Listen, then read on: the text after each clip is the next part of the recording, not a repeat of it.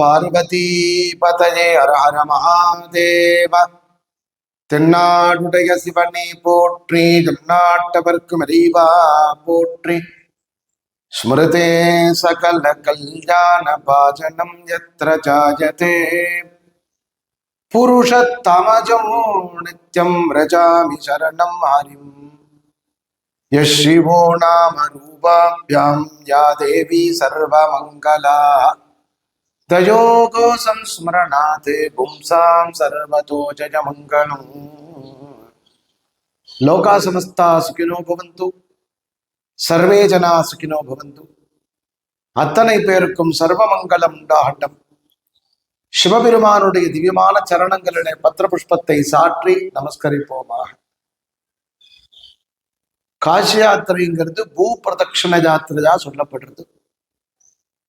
ஒரு காசி யாத்திரை பண்ணணும் அப்படின்னா பூர்வ புண்ணியம் லபிச்சா கிடைக்கிறது. பூர்வ புண்ணியம் அவளுக்கு இருந்தா தான் முறையா காசி யாத்திரை பண்ண முடியாது. நாம நினைக்கிற மாதிரியான காசி யாத்திரை அப்படிங்கிறத ராமேஸ்வரத்திலிருந்து காசி, காசியிலிருந்து ராமேஸ்வரம், அப்படித்தான் காசி யாத்திரை சம்பூர்ணமானது. அதில் காசி யாத்திரையில 3 க்ஷேத்திரம், பிரஜாகைன்னு 3 நதிகள் சங்கமிக்கக்கூடிய பிரஜாகையில தீர்த்தமாடின பிற்பாடுதான் காசி பிரவேசம் உத்தமம். காசி பிரவேசத்துல பித்ருயஜ்ஞம், தேவாராதனம், விஸ்வநாதர் தரிசனம் இதெல்லாம் கங்கா ஸ்நானத்தோட அங்கமா பண்ணணும். அப்ப காசி யாத்திரை சம்பூர்ணம்னா கயால போய் விஷ்ணு பாதத்துல பிண்ட பிரதானம் ரொம்ப முக்கியமானது. பல்குனி நதி, விஷ்ணு பாதம், அக்ஷயவடம்னு. அப்புறம் காசி யாத்திரை திருப்பி காசிக்கு வந்து நம்மளுடைய கிரகத்துக்கு வருவோம். இது ஒரு காசி யாத்திரை. ஒரு சாதாரணமா நிறைய இதுல சம்ஸ்காரங்கள், நிறைய பேரால இதை பண்ண முடியும். அவ என்ன பண்ணலாம், லகுவா என்ன பண்ணினா இதற்கு பலன் உண்டு அப்படின்னா, காசி கஷேத்திரத்துக்கு சமமா 6 ஸ்தலங்கள் இருக்கு. இந்த 6 ஸ்தலங்கள்ல நிஜமமா சுவாமி தரிசனம் பண்ணினா போருமா காசி யாத்திரை பண்ணின பலன் கிடைக்கும். அது எப்படி அது அப்படின்னா, இந்த 6 க்ஷேத்திரத்தினுடைய மகத்துவம் அவ்வளவு சக்தி. ஸ்வேதாரண்யம் பஞ்சநதம் கௌரீமாயூரமார்ஜுனம் சாயாவனம் ச ஸ்ரீவாஞ்சியம் காசி க்ஷேத்திர சமானுஷத்து. ஒரு ஸ்லோகம் சொல்றது. ஸ்வேதாரண்யம்ங்கிற திருவெண்காடு, பஞ்சநதம்ங்கிற திருவையாறு, கௌரீமாயூரம்ங்கிற மாயூரம், சாயாவனம் என்கின்ற ரொம்ப அழகான திருசாய்க்காடு, மத்தியார்ஜுனம் என்கின்ற திருவடை மருதூர், ஸ்ரீவாஞ்சியம், இந்த க்ஷேத்திரங்கள் காசி க்ஷேத்திரத்துக்கு சமமாக சொல்லப்படுறது. காசியில என்ன இருக்கோ அது அப்படியே இந்த 6 ஸ்தலத்துல இருக்கும். அது மாயவரமா இருக்கட்டும், திருவடை மருதூரா இருக்கட்டும், திருவையாறா இருக்கட்டும், ஸ்ரீவாஞ்சியமா இருக்கட்டும், அல்லது சாயாவனமா இருக்கட்டும், இந்த க்ஷேத்திரத்துல எல்லாமே காசி க்ஷேத்திரத்துல என்ன உண்டோ அத்தனையும் இருக்கும். அப்படி காசி க்ஷேத்திரத்துல என்ன இருக்கு அப்படின்னா, ஒரு காசி யாத்திரைக்கு மகத்துவமா அப்படின்னா க்ஷண காலத்துல இந்த க்ஷேத்திரத்துல தரிசனத்தினாலேயே இவ பண்ணக்கூடிய சம்ஸ்காரங்களினால வேண்டிய பலன் கிடைச்சுடுது.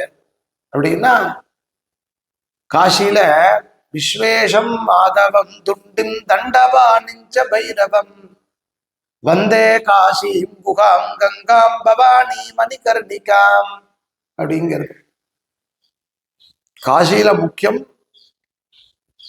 மணிகர்ணிகாங்கிற புண்ணிய தீர்த்தம், பிரதான மூர்த்தியான விஸ்வநாதர், பிரவாகமா ஓடக்கூடிய கங்கை, இது இத்தனையும் இருக்கு. நீங்க கவனிச்சு பார்த்தா தெரியும், இந்த 6 க்ஷேத்திரத்திலையும் கோவிலுடைய பிரகாரத்துல தனியா விசாலாட்சி விஸ்வநாதருக்கு சன்னதி. திருவையாறு கோவில்ல கவனிச்சோம்னா தெரியும், அந்த பிரகாரத்துல ராமேஸ்வரம் சன்னதியும் இருக்கும், காசி சன்னதியும் இருக்கும். ராமநாதரை தரிசனம் பண்ணி விஸ்வநாதரை தரிசனம் பண்ணி திருப்பி ராமநாதரை தரிசனம் பண்ணா காசி யாத்திரை சம்பவம். அது மாதிரி காசியில என்ன உண்டோ புண்ணிய தீர்த்தம், அந்த கங்கை இங்க காவேரியா பிரவாகமாறா, விஸ்வநாதர் இங்க இருக்கக்கூடிய மூலமூர்த்தியா இருக்கா, விசாலாட்சி அம்பிகையா இருக்கா, அங்க இருக்கக்கூடிய ஸ்தல விருட்சங்கள், அந்த மூர்த்தியினுடைய அமைப்பு, அதனால ஏற்படக்கூடிய பற்பல கீர்த்தி, இதெல்லாம் ஒரு க்ஷேத்திர தரிசனத்தினால நமக்கு ஓய்வு பெறுது அப்படிங்கிறது அவ்வளவு ஒரு சக்தி, ஒரு லகுவா, ஒரு க்ஷண காலத்துல. அதே மாதிரி மாயவரம் க்ஷேத்திரம் போனேன் அப்படின்னா, மாயவரம் க்ஷேத்திரம் அவ்வளவு சக்தி. துலா மாசத்துல 30 நாள்ல இன்னைக்காவது ஒரு நாளாவது ஸ்நானம் பண்ணலாம், கடமுழுக்காவது போய் ஸ்நானம் பண்ணணும். ஏன்னா கங்கை பிரத்யட்சமா இங்க வரா, எல்லா புண்ணிய நதிகளை அடிச்சுட்டு ரொம்ப அழகா ரிஷப கட்டமாக இருக்கக்கூடிய ரிஷபதேவர் காத்துன்னு இருக்கக்கூடிய பரமேஸ்வரனே வந்து தீர்த்தம் கொடுக்கக்கூடிய புண்ணிய படித்துறையா இருக்கு. அதே மாதிரி ஸ்ரீவாஞ்சியத்துல கவனிச்சோம்னா கார்த்திகை மாசத்து ஞாயிற்றுக்கிழமை அன்னைக்கு கங்கையாகப்பட்டவள் 1000 கலையோடு இருக்கக்கூடிய கங்கை ஒரே ஒரு கலையை அங்க வச்சுட்டு 999 கலையோட குப்த கங்கைக்கு வரா. குப்த கங்கையினுடைய பெருமை அவ்வளவு விசேஷம், சொல்லவே முடியாதான், அவ்வளவு வசத்தியா சொல்லிட்டே இருக்கலாம். அப்போ அதற்கு சமமாதான இந்த க்ஷேத்திரங்கள் சொல்லப்பட்டிருக்கு. அதனால நம்மால காசிக்கு போக முடியலையேன்னு மனம் வருத்தப்படுறவாளுக்கு லகுவா இந்த க்ஷேத்திரங்கள். மத்தியார்ஜுன க்ஷேத்திரம், மத்தியார்ஜுனம்னு சொன்னால் அவ்வளவு விசேஷம். ஏன்னா மத்தியார்ஜுன க்ஷேத்திரத்தினுடைய வாசல்ல இருக்கக்கூடிய தீர்த்தம் இருக்க காருண்யாமிருத தீர்த்தம்னு பேர். எவ்வளவு விசேஷம்! காருண்யாமிருத தீர்த்தத்துல தேவலோகத்திலேருந்து இருக்கக்கூடிய கங்கையே வந்து சங்கமிக்கிறாளாம். தை மாசம் பூச நட்சத்திரத்துல அங்க நீராடுறது அவ்வளவு சிறப்பு. தை பூசத்தில நீராடுவதுங்கிறது சுவாமி சோமாஸ்கந்தராக ஏகநாதகராக நமக்கு அனுகிரகம் பண்றார். இந்த க்ஷேத்திரத்தினுடைய விசேஷம்னா வேற, தீர்த்தத்தினுடைய மகத்துவத்தை மட்டுமே ஒரு துளி. அமிர்தம்னா முழுக்க நம்ம சாப்பிடணும்ல, பார்த்தா போருமா. அது மாதிரி அப்பேற்பட்ட ஒரு சக்தி இந்த காருண்யாமிருத தீர்த்தத்துக்கு அவ்வளவு ஒரு விசேஷத்துவம் உண்டு. சாயாவனத்துல கோவில் வாசல்ல ஒரு தீர்த்தம் இருக்கு, தேவேந்திரனால கொண்டு வரப்பட்டது. தேவேந்திரனோட தாயார் சிவபூஜை பண்றான். தேவேந்திரன் தன்னோட அம்மாவுக்காக இந்த க்ஷேத்திரத்தை கட்டி தூக்கிடோன்னு யோசனை பண்ணான். அம்பாள் வேண்டாண்டா, இங்க வந்து பூஜை பண்ண சொல்லிட்டான். அப்படி தேவேந்திரனுடைய தாயார் ரொம்ப விருப்பப்பட்டு பூஜை பண்ண க்ஷேத்திரமா, அவளுக்கு காசியாவே காட்சி கொடுத்த அதித்திக்கு எவ்வளவு பெரிய ஒரு அனுகிரகம் பண்ண க்ஷேத்திரம். அப்படி இந்த க்ஷேத்திரத்தினுடைய மகத்துவங்கள் எடுத்துட்டோம்னா காசிக்கு போன பலனை நம்ம ஊர்ல இருந்துட்டு நாம அனுபவிக்கிறதுக்கு சுவாமி அனுகிரகம் என்றார். நமக்கு வாய்ப்பு கிடைக்கிறது தனுர்மாச காலத்திலேயோ நமக்கு எப்போ வாய்ப்பு இருக்கோ அந்த சந்தர்ப்பத்துல போய் சாங்கோ பாங்கமா சுவாமிக்கு மாலை சாத்தி தீபம் போட்டு பிரதட்சணம் பண்ணி ஒரு நமஸ்காரத்தினால ஒரு காசி யாத்திரையினுடைய பலனை அனுபவிச்சு விடலாம். அத்தனை பேருக்கும் சௌபாகியம் உண்டாகட்டும். சிவபெருமானுடைய சரணங்கள்ல பத்திர புஷ்பத்தை சாற்றுவோம். ஓம் நம சிவாய.